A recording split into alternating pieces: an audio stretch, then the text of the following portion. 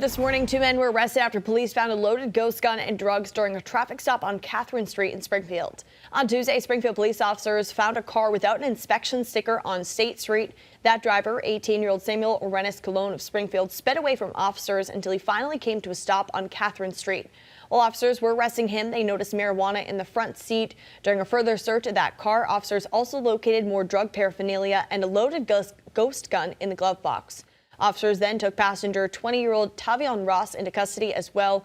The two are now facing several gun and drug charges.